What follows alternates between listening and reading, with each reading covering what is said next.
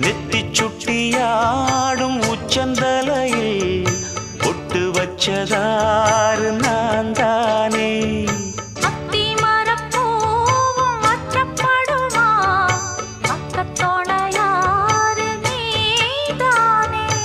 ஆசை பேச்சில் பாதி மூச்சில் லேசாதேகம் சூடேற